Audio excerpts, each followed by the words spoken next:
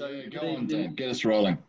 Good evening, everyone, and thank you all for tuning in to our fourth and final talk in our series for this year's Open House London. My name is Dean, and I'm joined by my colleague Christopher. Give us a wave, Christopher. And together we are the team behind We Design Homes.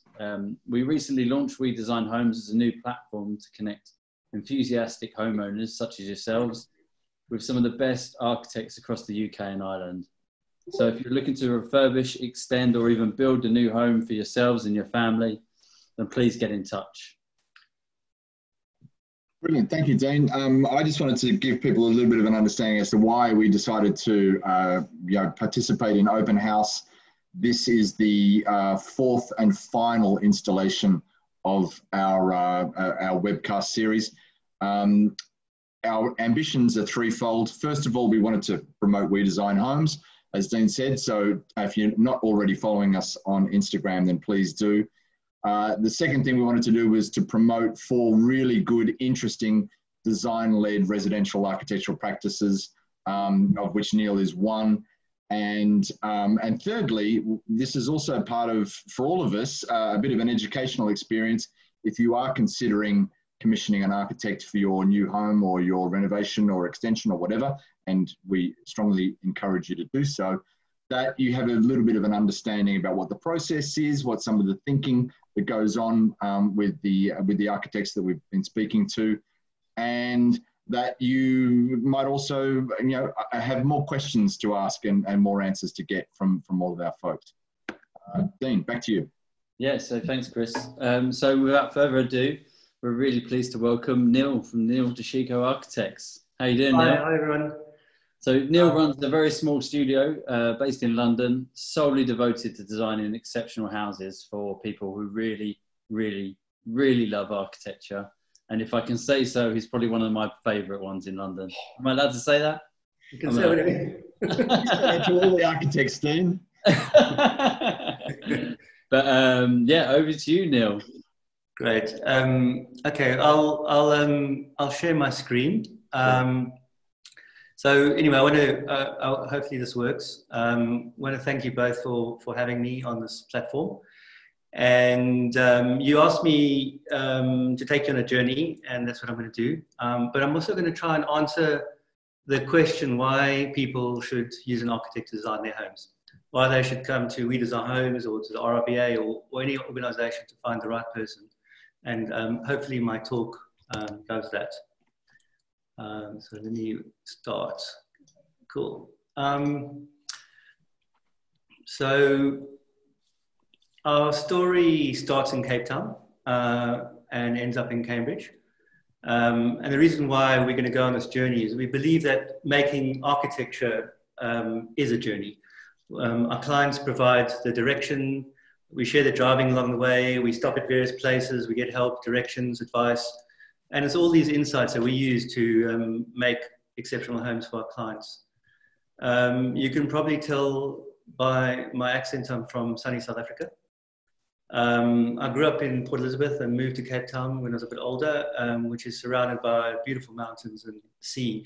And I think having an abundance of natural light and mountains around, was something that really percolated into my psyche.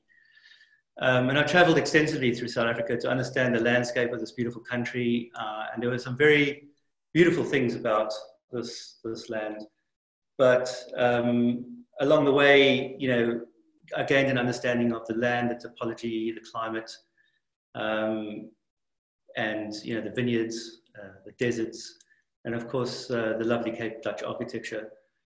But one can't discuss living in South Africa without acknowledging the powerful social and political forces that informed the various narratives in how this land was experienced. And I grew up there while the apartheid system was in place. And I was aware that the majority of the people of our land were denied freedom. And I was acutely aware of this fact from a social point of view. But it was only when I was older that I understand how much it impacted on the land and how people used the land. And you can see the stark disparity in what people call home, which is shown really clearly in these 2 aerial views, the great inequalities between the different groups. And, a typical scene in a street in Joburg is characterized by gated communities. There's a focus on security and a complete lack of street life. You know, nothing says welcome home more than your intercom, really. But you compare that to the European context, and particularly in London, you know, you've got your front doors on the streets, you can see people coming and going about their daily life. It's a completely different environment compared to South Africa. And as a child, I moved around a lot. So the concept of home was really important to me. And I ended up studying architecture in Joburg. And it was a kind of slightly surreal experience, to be honest, because our education was really broad and it encompassed all the usual pivotal figures in architecture and how they shaped modern society, you know, like all the West Coast great architects like Wright, Neutscher, Schindler, to the European masters like Le Corbusier and Mies van der Rohe. But although there were many lessons to be learned from these great masters, I struggled to place their work within a South African context.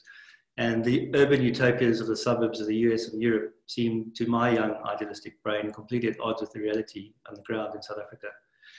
And so a lot of my thinking about architecture as a student was shaped by looking at local South African architects like Roelof Uitenboogaard and Stanley Suderwitz. Their buildings were simply made and they really respond to the places which they were built and made of really humble materials.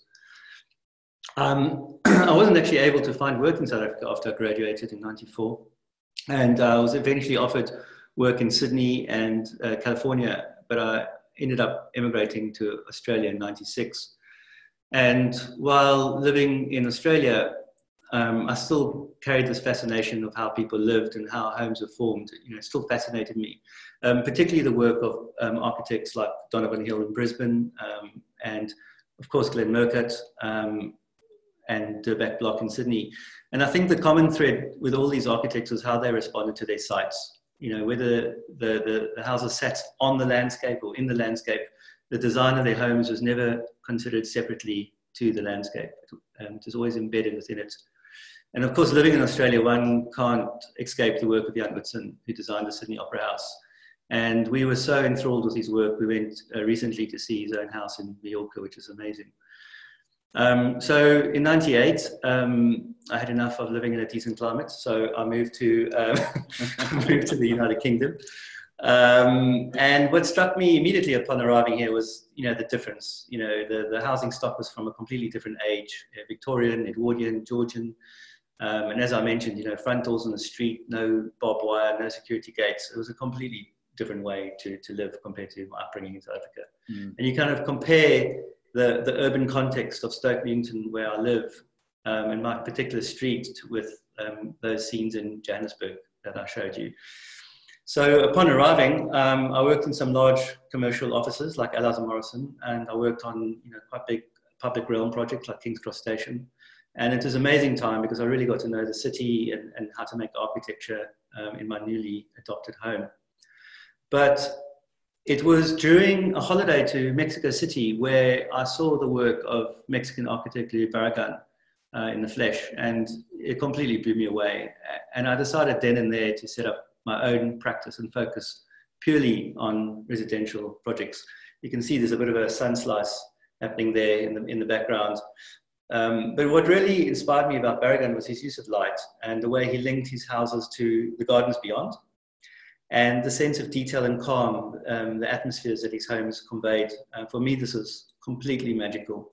You know, quarrying local lava stone to use as a staircase, you know, really tied his homes to the places in which they are built.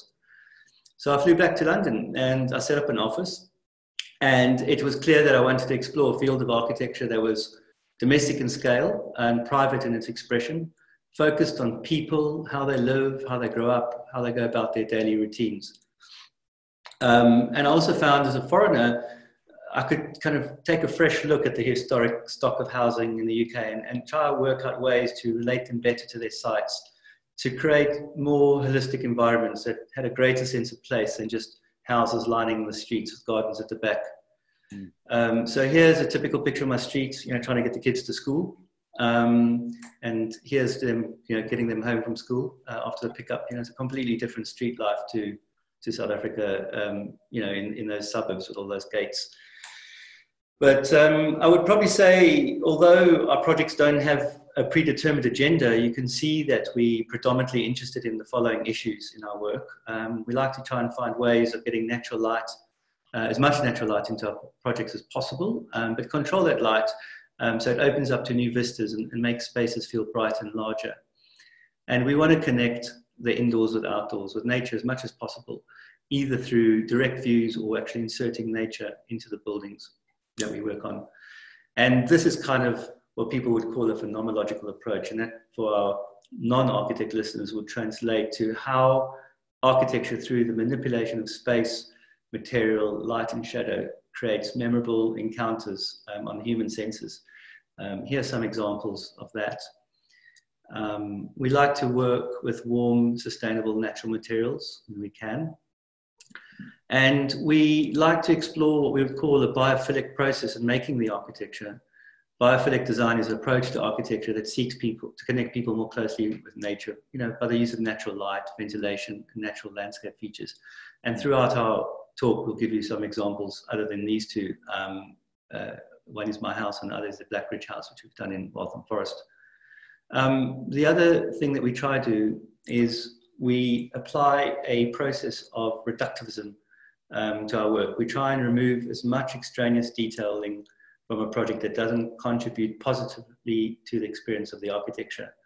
But that's not to say that we're against adding some quirk.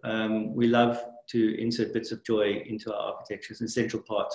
The image on the right is my front door, and this image is some lighting features we've got in my house, which I'll just let them sit with you for a while.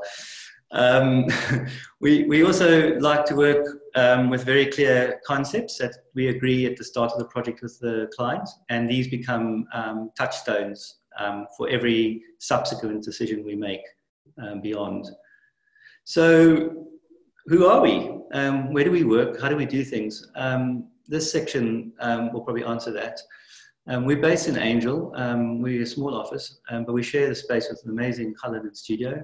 That's where I'm sitting now at the moment, in a purpose-built office along the canal. We love the ethos of their practice and the overall atmosphere of their studio as a whole. And we just love being on the water. These are views from our window. And our team has always been made up of a really small, close-knit, diverse group of people from a multicultural background.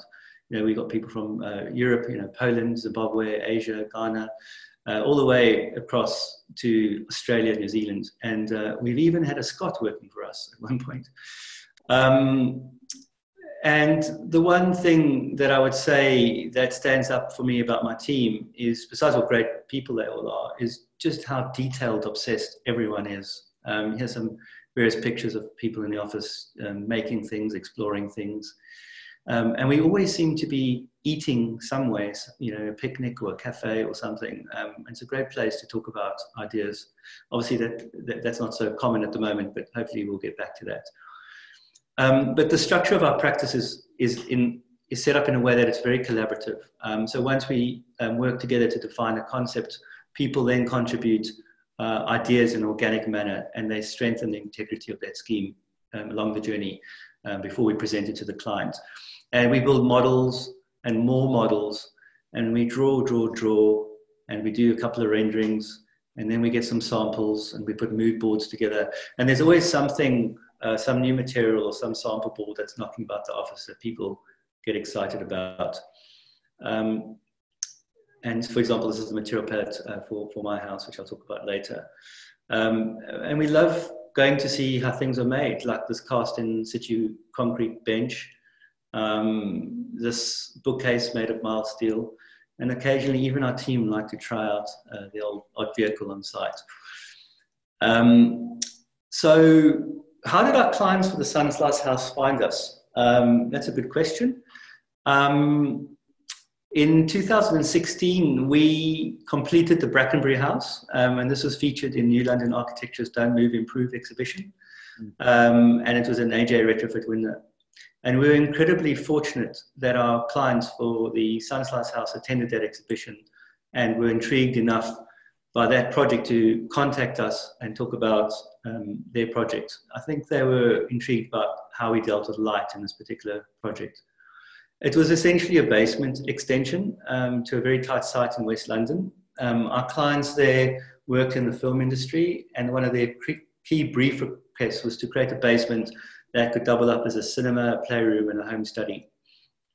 At the start of the project, we always look for common ground with our clients. And here it was really easy. Niels was Dutch-American, obsessed with science fiction films like Blade Runner and Ex Machina, just like me.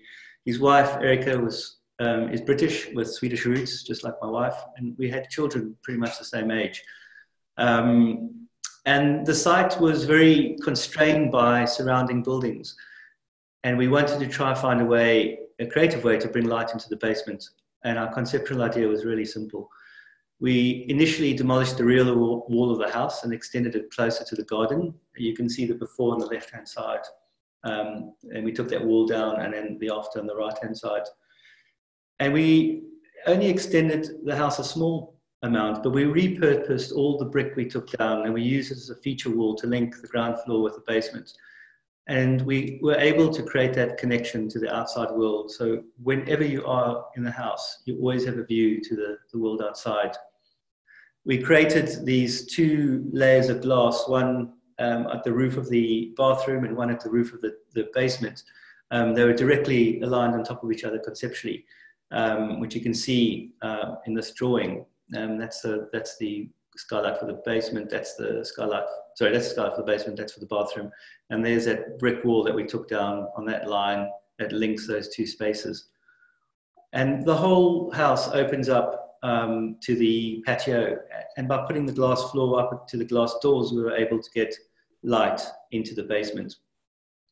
And this connection to light and time and how time passes, it feeds into our basic human consciousness. It helps regulate our body clocks. You can see just by lining up an opening to a bathroom with a window beyond, you can see into the garden. And playing with those diagonal views across a small house makes it seem so much bigger. So one more project before we jump onto the Science Slice house. I'll talk about my house, which I guess was an experiment in realizing some of the principles that I spoke about earlier on my own land. And it's a typical Stoke Newington Victorian house, 4.5 meters wide. It was designed for my family, my wife, my 2 children, my cat. And my wife just jokes all the time that our house seems to be a collection of all the dumb ideas, all the cool ideas that I had that some of my other clients never liked. And I guess that's partly true. But the problems that we had to solve in this particular site were really unique to our own house. And they were the fact that the ground floor, which was the entry level, was at the level of the street, whereas the basement was at the level of the garden. But we wanted to have this physical connection between our living room and our dining room, so you could just walk in and go straight down. But the basement had a very low floor to ceiling height, and we couldn't lower it because of drains. So what we did was we moved the staircase to the basement from one side of the house to the other. On the left-hand side, you can see the existing staircase up to the first floor, which we retained and overclad. But this is the new staircase that moved from one side of the house to the other. And this allowed you to come directly into the living room and walk down into the basement. So before you had this blocked view on the left, you had a very open view to the garden on the right. And these are study drawings and the reality. So on the left, you've got the drawings that we used to describe that. I actually had to convince my wife that this was a good idea. So I had to do quite a lot of drawings and models, which is quite a tough client. But it seemed to work. And you can see here the drawing and the reality, and how that space, this is taken from the living room, opens out into the garden. And then learning from the Brisbane architects, Donovan Hill, we wanted to reclaim the territory of the garden. We wanted to use every bit of the site. We wanted to blur the boundaries between inside and outside. So we established some design principles to try and merge the space of the house with the space of the garden. And we established a datum of timber paneling along the dining room wall, which then extended out into the garden. And the travertine tiles in the kitchen also extended out into the garden. So you can see here the sense of enclosure is on that point, but that garden becomes almost an outdoor room just through using similar materials. and that's that wall extending out. And we had this data, so we kind of explored this datum idea of timber with white plaster above. And this was taken through into the detailed design of the kitchen, where we had wooden units with white stone above. And we were able to express this diagonal view by putting an angled skylight over the dining room extension, elongating the space. And you can see here by the site plan, which is really the garden level plan, every inch of that space is used. And we really do use it. The kids are always in the garden, planting things, making mud gardens. We have a lot of our meals outside, and sometimes, even the wild animals go and play. We didn't actually design the garden. It was designed by our longtime collaborator, Jane Brockbank, who did, she just completely designed the garden. We also worked quite hard to bring in quite a few sustainable features into our home. All the windows have airtight details. You can see there's no junction where you can see the frame, so it's all clear with airtight tape. And all the landing areas have got skylights. There are 4 skylights on each level that open up. And this sense of overlapping space was carried through into the master bedroom, where our bedroom overlaps with the bookcase and the bathroom. They interconnect along that space. And as the heat rises through the house, the skylights on each level open to vent the space using the principles of stack ventilation. Even our shower opens. This is our shower. We really wanted to be as connected to nature as possible. The whole thing slides back. It's a really simple space. Just lets the light in, and you get these amazing patterns of water when it rains. You can see planes flying by. And it's kind of a little homage to James Turrell, one of my favorite artists, who considered the sky as canvas and his medium as light. And he did a lot of work in America, which is really exciting. So I will talk about the team we assembled for the Sunslice House and the whole concept of collaboration, because everything that we had done up until this point led us to making the Sunslice House. And so the key team members really was Fabian Danker and Chrissy Lopez. And we work alongside a team of really talented project architects. And there's normally a lead project architect who runs a project on a day-to-day basis. And key to the success is really, this continuity of the project architect. And Fabian, poor guy, had to shadow me he was a shadow project architect on my own house. So he was with me all the way through the new baby, and meeting with my wife to kind of convince her of material choices and so on. But it was great to have him to bounce ideas off, and we got to know each other really well. We'd catch the train every morning up to Cambridge and discuss the designs, and it was a really exciting time for us. I keep forgetting everyone's name, so I like to hire consultants all with the same name. So Mark Scahill is our contractor, and Mark Brown is our QS. I don't know what Mark's doing in my shower, maybe checking something, but Mark Scahill is definitely catching a bit of a tan there in the spa. And we tend to work with the same engineers, Momentum, and here are James and Josh punting over from Bath to Cambridge, just to save the carbon footprints, I guess.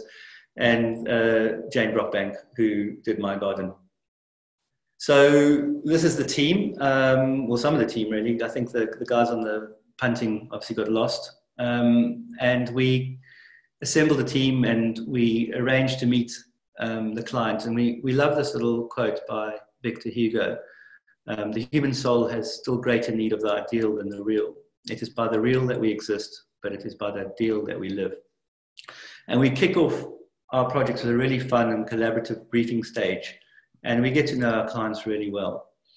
But what stood out for us about these particular clients was how architectural savvy they were as people. They were incredibly well read in architecture. I think they had like every single issue of Grand Design, plus loads of books in architecture. James and Megan are a young couple. They had 2 children at the time, and they were planning on the 3rd. James had grown up in the local area and done his degree in Cambridge. Megan was from California. And the initial brief was quite small. It was laid out over just a few pages, but we interviewed them, and it's expanded in size to about 20, 25 pages. And it included kind of key details and elements like what artworks and furniture they wanted to incorporate into the house, to just basically explain their attitudes towards conservation and restoration. Mm. And what was amazing about our conversations throughout this time was finding out more about their background, what excited them about architecture, about the place where James grew up as a child, their trips to Holter Roch Vineyard in California, which echoed a lot of trips to vineyards in South Africa for me. And our conversations encompassed, talks about Frank Lloyd Wright, particularly Megan's visit to Hannah House, and just the general wonderful West Coast architecture of the US. And we all loved the work of John Pawson, his calm spaces and his honesty in using materials. It's probably also worth mentioning that both my siblings work in computer programming or with computer programmers, as does James. And as an architect studying architecture, I was really influenced by the work of these West Coast architects, which gave us a lot of common ground. And I felt a great sense of kinship to my clients, to be honest, and their passion for architecture and the clarity of their vision really inspired me. But it was quite daunting as well. And we started quite simply to understand the fabric of the house, what basic spatial relationships would work. And while I was in Australia, I would attend lots of lectures by Glenn Murcutt.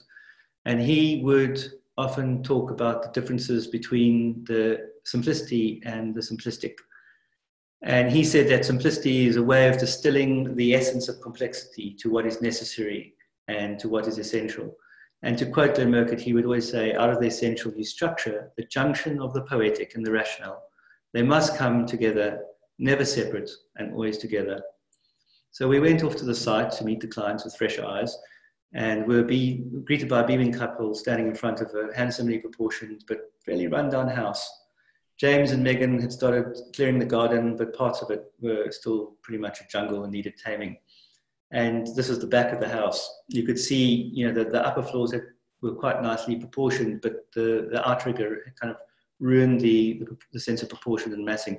But we also realized pretty quickly, because of the orientation of the house, the mass of the house would then overshadow the rear of the house, which is where we wanted to open up to the garden. Mm. So here's another mantra, which we love, by another Australian architect, Sean Godsill: if you don't draw it, then don't complain when they build it wrong, which is so true. And so we set to work, as we often do, just building models and models and models. This is, at this point of the project, I was working with Ollie and Joe, and they built most of these models alongside me. And we toyed with various 2D and 3D organizational concepts, initially trying to avoid having a large extension by squeezing as much of the program into the existing house, to eventually accepting the fact that, yes, we would need to extend the house into the garden. And we kept modeling and testing relationships in plan, elevation, and we held many workshops with the clients, just to get their reaction and bring them on board. It's really key to get a client's involvement at the early stage and get them to understand the concepts, because if they don't resonate with your client, you kind of need to be educated by your client, or you need to educate your client. But ultimately, if you can't explain a concept to a client and you can't take them to a particular place on the journey, then you're failing at communication. And so the use of models, the use of graphics are really key, and the meetings. And here's an example. Our original design had a really large 2-story structure towards the front of the house, but this created far too much height towards the street.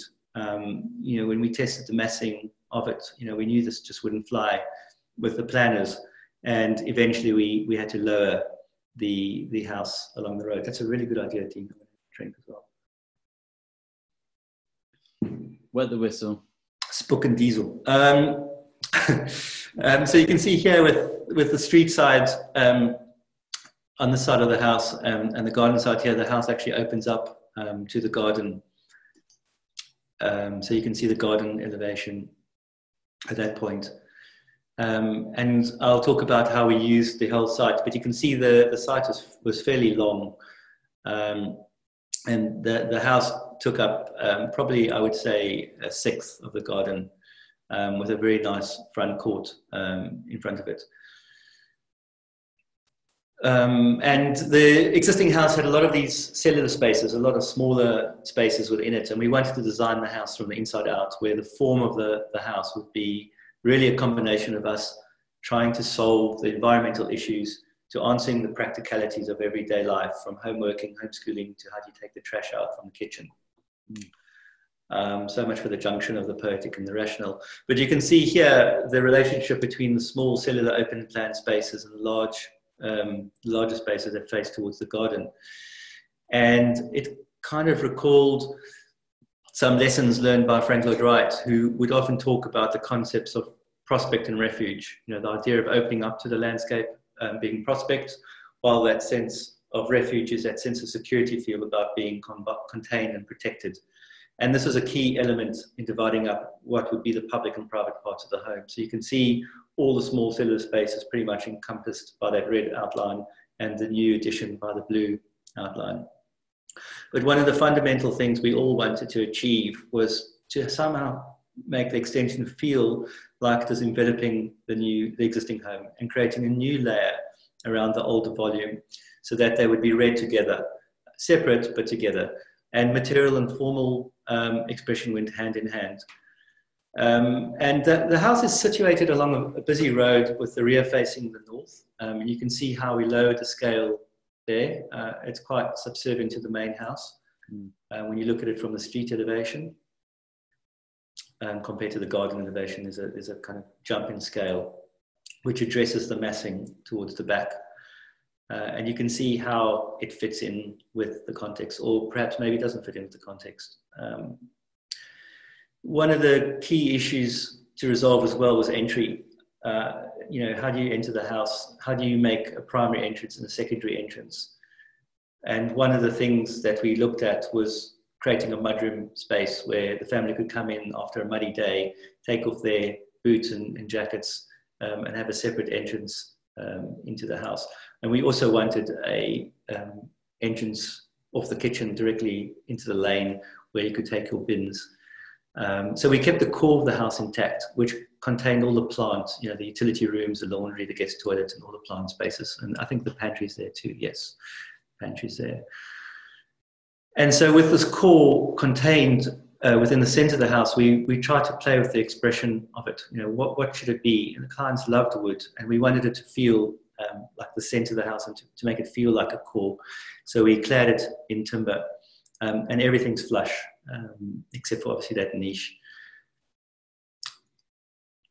And you can see how it glows at night with the doors into the guest loo. The other thing that we wanted to play with was a sense of anticipation and surprise. And these are the two building blocks of the poetic. So although the corridor comes straight off the front door, it's designed in such a way that it doesn't reveal the extension upon entering the house. Part of this architectural promenade means that the space is only revealed as you move through it, as you turn around it. And there's a sense of delayed gratification that extends one's enjoyment and sense of surprise as you use the house.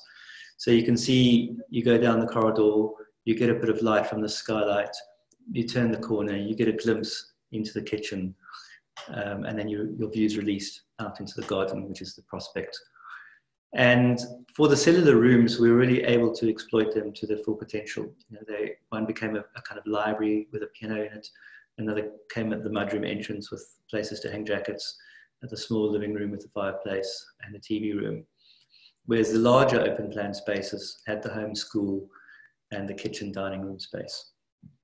And so this is the prospect aspect, you know, these large open plan spaces that face onto the garden.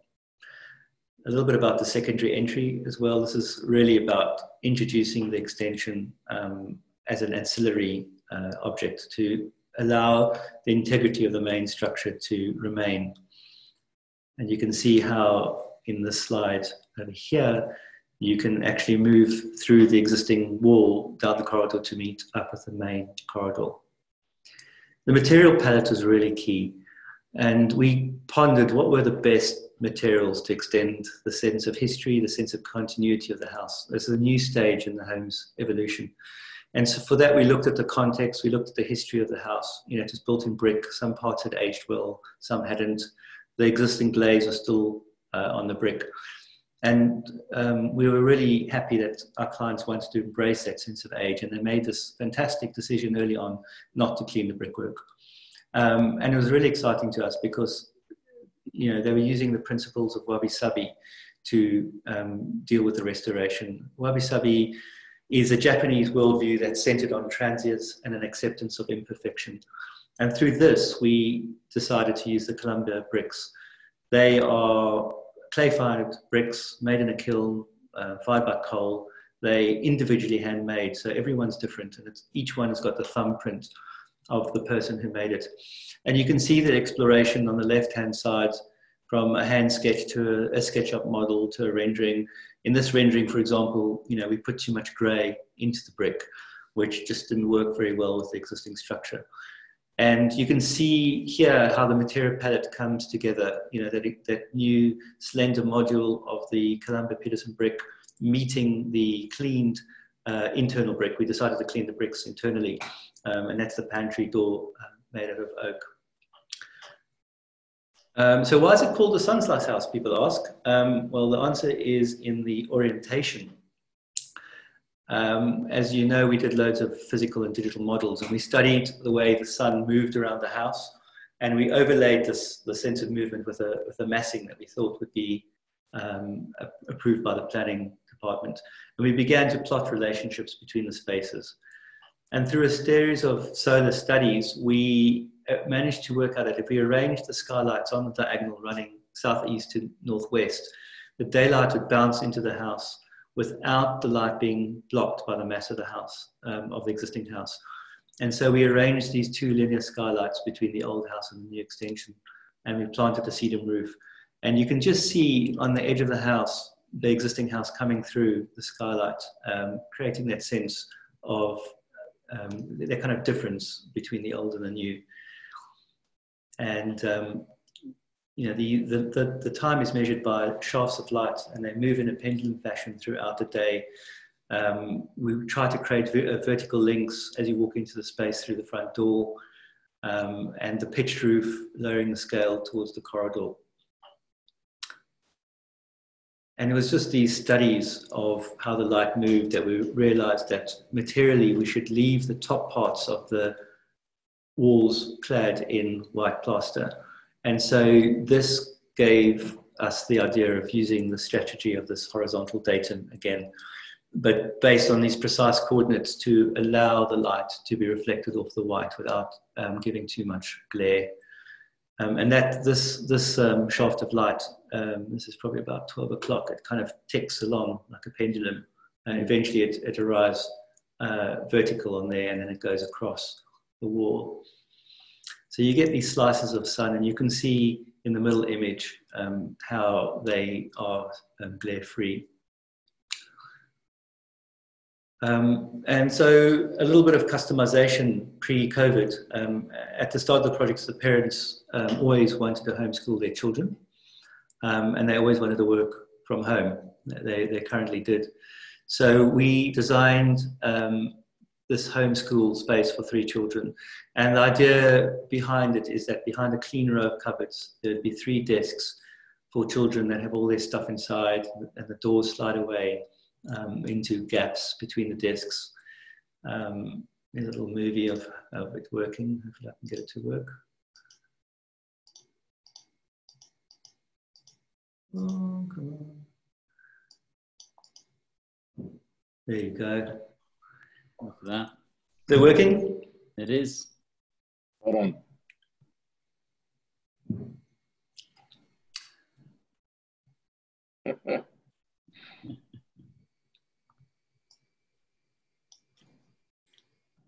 Nice.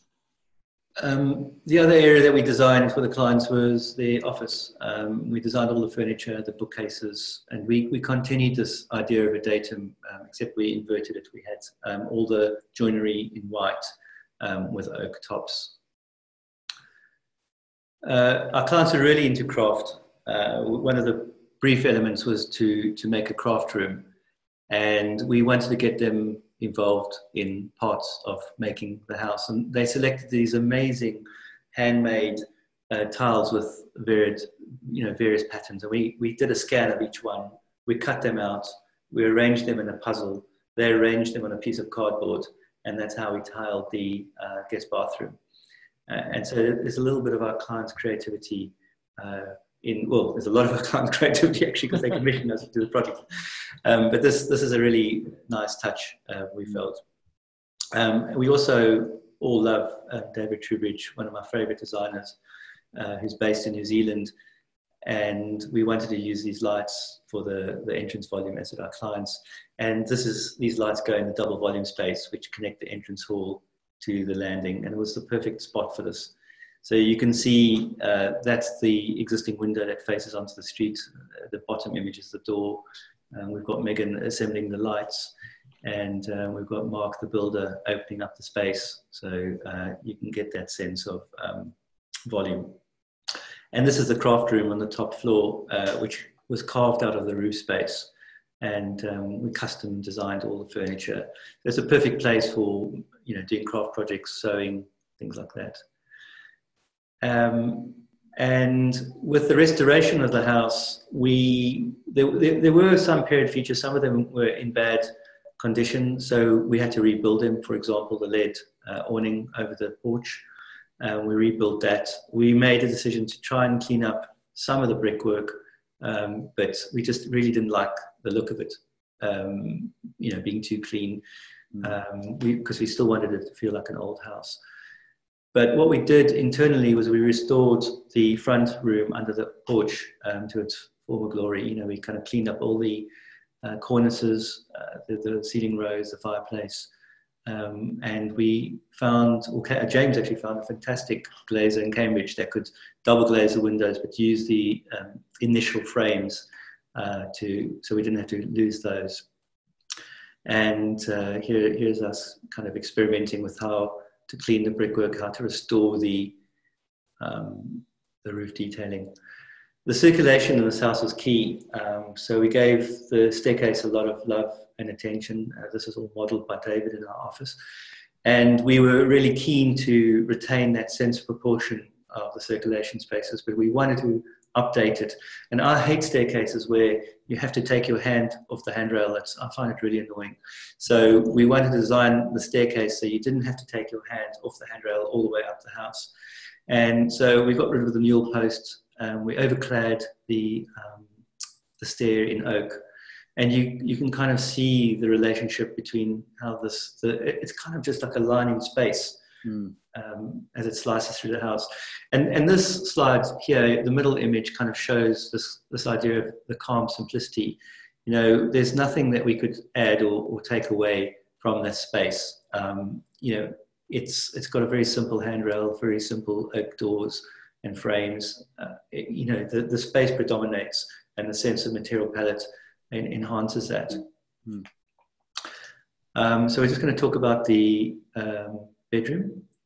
As I mentioned, the roof was a great opportunity for us to expand into, and we realized by going up there, the clients could get amazing sweeping views of their big garden. So we rebuilt the roof. We put this dormer in black anthracite zinc to blend in with the existing slate, and we re-roofed the roof as well.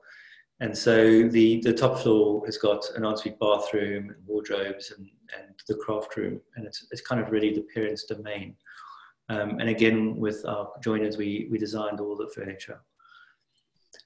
So the landscape forms such a key part of this project. No house is an island. It's all part of the landscape. And you can see with Jane Brockbank, we divided the house up into the site into 6 segments, from the front garden to where the house was, an area where there's a stone patio, a rear lawn, vegetable allotments, and a meadow garden, and the dark spa. And so here's Jane's plan, kind of working with the client to bring the landscape close to the house, choosing plants that would grow over different seasons, not just spring, but also in autumn, and picking every bit of flower to give a sense of life and colour to the garden. And that's James's planting plan. And you can see here how the garden is structured from a kind of formal York stone patio to a formal lawn, to the vegetable allotments, to this wild meadow. So this is the front forecourt with the gravel for the cars. Eventually this planting will shield that front wall. But you can see Jane's genius here, how everything's just embedded within the landscape. And even the brick of the house is echoed in the path that she made for the garden. I love this quote by John Cage, and this leads us to pretty much the final part of our talk, which is the dark spa. Every something is an echo of nothing. And in the center of the garden, there's an ordered vegetable patch, and this forms a transition between the natural meadow, and which is the foreground screen to the outbuilding, which is made of charred timber. And our client's brief was that they wanted to work from home, and they had their home office space during the day, and at night they wanted to unwind in a really secluded home spa retreat. And we wanted this building to be the complete opposite of the house. The house is the something, and this could be the nothing. And the outbuilding or dark spa is situated in the garden. It's surrounded by other black timber 19th century coach houses and stables. And the charred black timber cladding absorbs all the light and shadow, and it's seen as the opposite of the Sunsluss house, where the brick of the house was really formed and rough, and it would have a lot of shadow. This material just absorbed all the light and it did the complete opposite. And this building has a very strong inward focus. You know, even the garden is carved out to form pockets of relaxation and shield the house from the neighbors and from the garden itself. And you can see how that works. I mean, this is the first summer that we've had. So eventually this will grow even higher. But that's the relaxation room with the hot tub.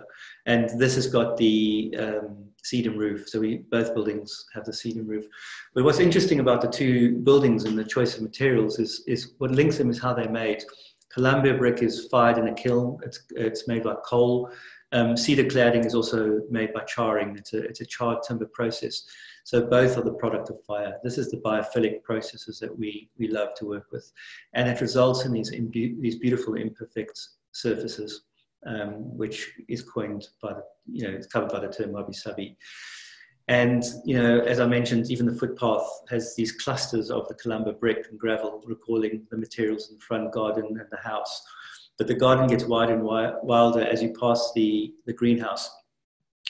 And we had this mirror on the back wall of the gym, which reflects the garden in front, but it actually just makes the garden look like it extends beyond the house, and you can kind of walk through the spa into a garden beyond. It's a weird optical illusion. But essentially the building's very quiet. It's quite silent, and it opens up to this quiet courtyard. And you can see the drawings that we did here and the reality. We test all the materials as we go, making visualizations, putting the sun in the right place, using our palette of materials.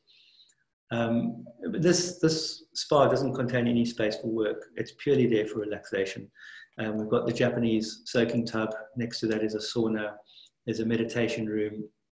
And all the walls are made of a kind of dark sapele timber, and the floors are natural slate. And there's skylights, which echo the skylights in the original house. There's no view out of this shower except through the skylight. No view out of this changing room except through the skylight. And you can see some of these early drawings that Cressy did, just trying to capture the atmosphere, the feeling of this building, and the dark timber. And here are some drawings of us modeling all the bits of furniture for the joiners. And you can see, selecting the timber started getting darker and darker and darker. We tried other bits of timber, but we felt sapele really had that richness of texture that we were looking for. Kind of glows golden in the sun. And so you can see through from the relaxation room into the changing room, and you're just catching a little bit of the window into the sauna. So you can see out the sauna into the relaxation room. And you can see even during the first summer how private it is at the moment. So we as a team, we just love building. We just love seeing our thoughts come to fruition. You know, if our design process is dreaming, then the building process is living, and we just love living. So this is a little visual scrapbook of the journey. It wasn't always smooth sailing, except on the day that the steel did arrive up on time, which was fantastic.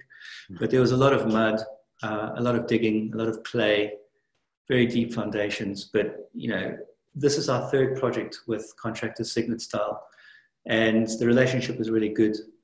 You know, Mark and I had done my house together as the first project, and so there was a common language between us, and so we really knew what we were trying to do together as builders, architecture, and there was a clarity of vision. And what was really exceptional about our client was he attended nearly every single meeting that we had on site, and was really helpful along the way, giving his suggestions. So there was none of this kind of lag between us making a mock-up and kind of understanding what they wanted.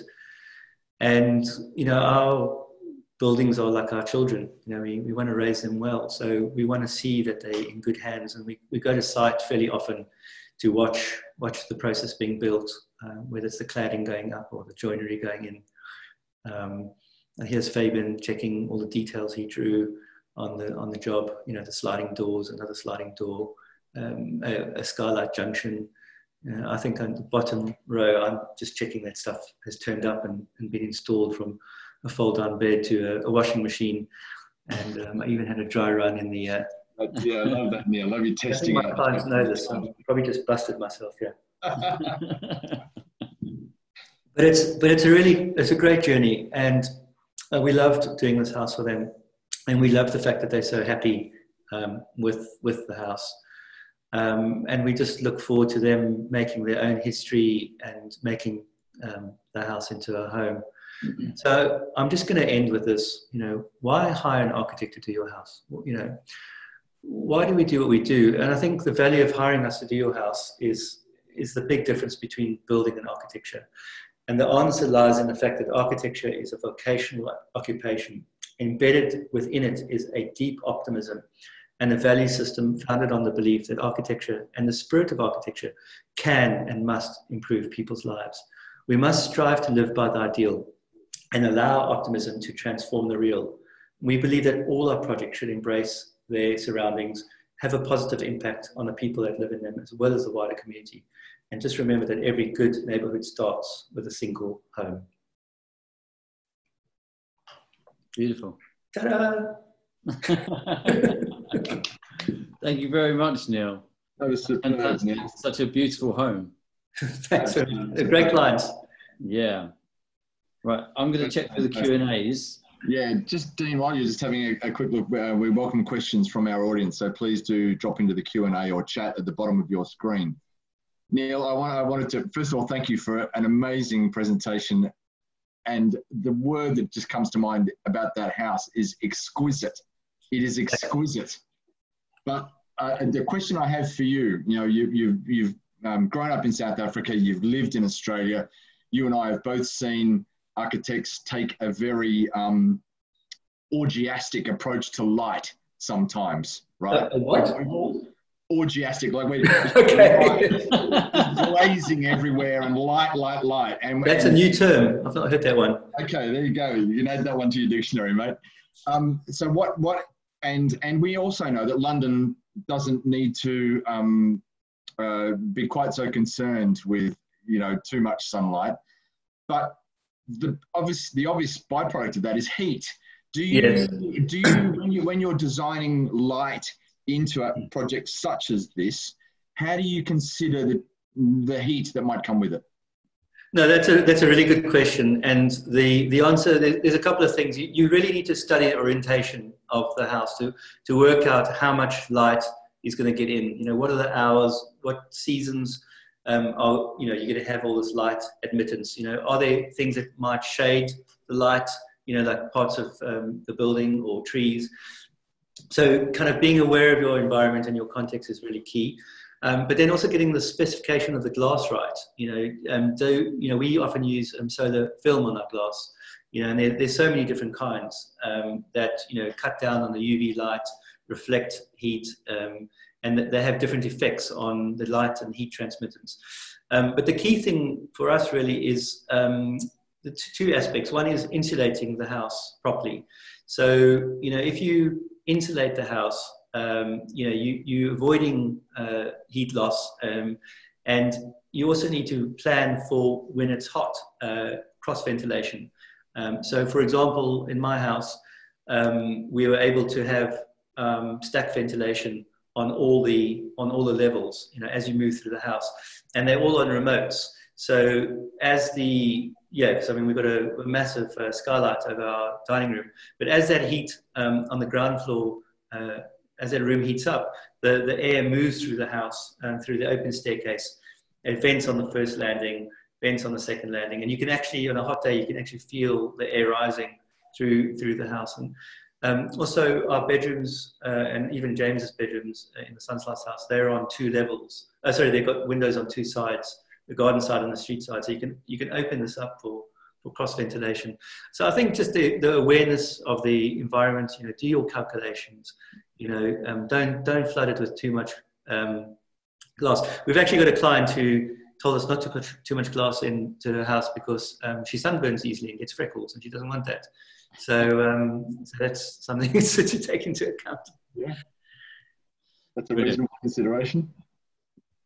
Okay. Then do we have any questions from our audience, mate? Yeah, we've got a couple. From John, how do you go about teasing out the client's ideas and own creativity when they don't necessarily have the experience or even the vocabulary to express themselves clearly? We haven't ever had that problem. We find that most of our clients do, not because our clients are exceptional, but a lot of people know what they don't like. So for example, even James and Megan, they were like, please no concrete, even my wife said that. So sometimes by knowing what people don't like, you kind of find out what people do like.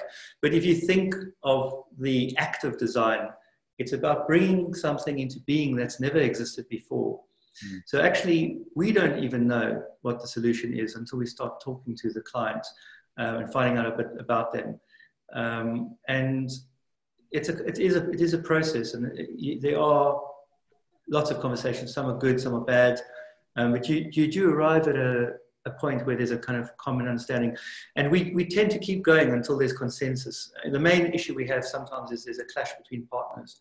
Someone wants this, the other person wants that. And we keep trying to find a common ground that both people will be happy with the house. Brilliant. And Oliver asked, obviously this is a no from you, but have you been in a situation where that relationship with the client wasn't necessarily there? I assume those are kind of projects that you might not necessarily pick up. We find fairly early on whether our views are aligned. There are some, we appreciate that, there's so many architects, and you look, for example, on your platform, we're all such different individuals. You can't pick your family, but you can pick your clients. And, a simple conversation, just talking about value systems and what people want, really often uncovers that for us. But actually, having said that, we often are quite surprised by clients. Sometimes clients will go for things that we never thought in a million years that they would want. I mean, a really good example is we were completely blown away by James and Megan's choice of tile for the guest bathroom. And the fact that they loved those David Trubridge lights, as did we. Everything got better and better. We're doing a house at the moment for a guy who's from Denmark, and all the timber floor is coming from Denmark. And it's been one of my dreams to work with Danish floors, and it's got a client that's got a Denison floor now. So wonderful. Dean, do we have time for a couple more? Yeah, we do. Yeah, one in from Charlotte, just talking about how she loves the contrast of light and dark, work and rest. And she's obviously talking about the dark spa part at the back of the property. And if you don't have that kind of space, you don't have the chance to put a garden in between those two kinds of functions. Do you have any sort of ideas or advice as to how you might achieve that kind of separation? Yeah, no, definitely. I mean, often we look at this because sometimes we ask to do a really large house and the client doesn't have the full budget to do the whole house. And so you can do a small section of the house and then the rest, you kind of have to paint and decorate. And I think it's really through the atmosphere, the materials that you use that can create that atmosphere. So for example, if you use very light natural materials in kind of public spaces and maybe dark colors or timbers, things with rich textures, you do get that, it's kind of like an eclectic palette, but you can then create different moods within a space. A very good example of that, I didn't talk about it today, would be the de Beauvoir house on our website. There's two, if you look at the living room on that project, it's got a very dark blue living room where the kitchen is kind of white. And those two spaces have different moods. One's got a big movie TV screen on it, and the other one's got their kitchen dining room space. So I think just through color and material, you can create that contrast. Brilliant. There's always a question about budget, and it's always a sensitive issue. But Brian has asked, could you advise on costs for this project per square meter, and how this would compare to a new build project of a similar standard? I can't. No, there we go. It's usually the answer. And I think that's it. We have one last one from Rahul. Oh, yeah. Who has asked, Neil, what is your mantra or philosophy for indoor lighting, non-natural lighting? How do you create calm? Good question. Well, I think the color temperature of lighting is really important. So the warm spectrum would sit between somewhere like 2,300 Kelvin to probably about 2,700 Kelvin. You want to be using lights that don't flicker. So if you're going to go down the LED route, you don't want to be using lights that kind of constantly flicker, even though you can't visually see them. If you hold your mobile phone up to them, you'll see on your screen the lights flickering. Granted, not everyone can use halogen, but it's really getting the color temperature right. Using diffuse lights as well. So if you don't see the light sources, you could have a look at, I think the Brackenbury house has got quite a few diffuse lighting solutions like that. So you hide the source of the light and allow the light to reflect off another surface. You could see that, for example, in the spa area. All the lights are hidden in the ceiling. I don't really have a mantra, because actually what's really interesting about the Sunslice house is the clients did the lumen calcs themselves, and they chose a 3,000 Kelvin light fixture for that house. Whereas for the main house, and then they chose a 2,700 Kelvin fixture for the spa, because they kind of clearly understood the difference in how they feel in those. So I think it's a very personal thing, lighting. Yeah, you can absolutely advise on if people didn't have the vocabulary, as we discussed earlier on. Sorry, say that again? It's something you could advise on if somebody didn't have that kind of technical or research capacity that your client had on this particular project. Yeah, so what we tend to do in our office is we get the samples of the light fittings into our office, from the supplier, and then we put them on the table and we say, this light will do this light will do that, this has got a 35-degree spread, this has got a 60-degree spread, this will create scalloped lighting, this will be direct lighting. It's quite important, because actually if you think about it, lights have to do two things. During the day they have to look good, because they're off most of the time, and at night they need to create kind of calm spaces, but there's certain areas that you really need task lighting for as well. So it's really kind of part of the discussions that you have with the client to try and understand how they want to feel in that space. And actually light is one of the key elements that's tied to how people's emotive states work. So you really need to get it right. Brilliant. It sounds like a mantra to me, Neil. You've got your own mantra. Okay. And probably the last question from me is, if you could pick one thing that you implemented into the Sunslice house could bring back to your home, what would that be? Megan's cooking. Her bread making is exemplary. Yeah, no, she was amazing. She would bring all the builders cookies. Yeah, and yeah, I think just the food. I think, to be fair, we had the same team on the Sunslice house as my house. You know, we had Fabian Danker, who shadowed me in my house, who was the project architect on Sunslice house from planning onwards. We had the same builder who did my house, the same engineer, the same conservator, same landscape designer. So we had set up this team of people that we knew well, you know. And I think actually the great thing about working with people is like, they can tell you to your face, that's a really rubbish idea, Neil.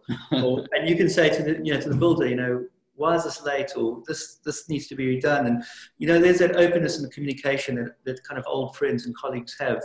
So you don't really need to kind of be that polite in a way, because you know you're going to do another project with the people. And it's part of an ongoing relationship. So I think that's probably a takeaway is, you know, if you want to get something exemplary, you know, in a way you really need to do experiments and you need to test ideas, but also you need to have someone with a vision that can do the mock-ups and try to get it into your head what you want to do. I think that the only difference in opinion probably with ourselves and the client was probably on the bathrooms. You know, we didn't really communicate that well on what materials we should use in the bathrooms. And other than that, I think it went really well. I mean, they're really happy with the house. And I actually really like the bathrooms as well, and so do they. So it's kind of it's communication, I think, is the key thing, you know, because you've got to live with it for a long time. So if you can't say to someone, geez, you know, I just don't think that's going to work for me, guys, you've got to go back to the drawing board. Yeah. That's what we've got to do. And yeah, so. No, definitely. I think that's a great thing to end on as well. A great message. So thank you, Neil. Thank you for your time. Really appreciate it. Thank you for inviting us. And thank you everyone for tuning in. If you've got any questions, please feel free to get in touch with Neil directly, or if you've got any questions for us, drop us a line. You have all of our details. Great. All right. Thanks, Dean. Have a great evening. All right. Thanks for being part of it. Thanks, Neil. Okay, bye. Bye. Take care. Bye-bye. Nice one, Dino.